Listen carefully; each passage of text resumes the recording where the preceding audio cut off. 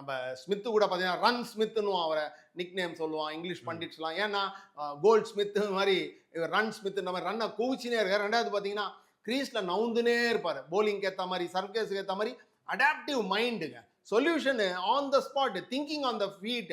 யோசிச்சு மைண்ட்லேருந்து உங்களுக்கு வாய்ஸ் போய் காலுக்கு போய் டக்குன்னு பாதத்திலே மூளை இருக்கு அவருக்கு. டக்குன்னு நவுந்து எப்படி அந்த போலிங்கு கோப் பண்ணும், எந்த சமயத்தில் அட்டாக் பண்ணும்.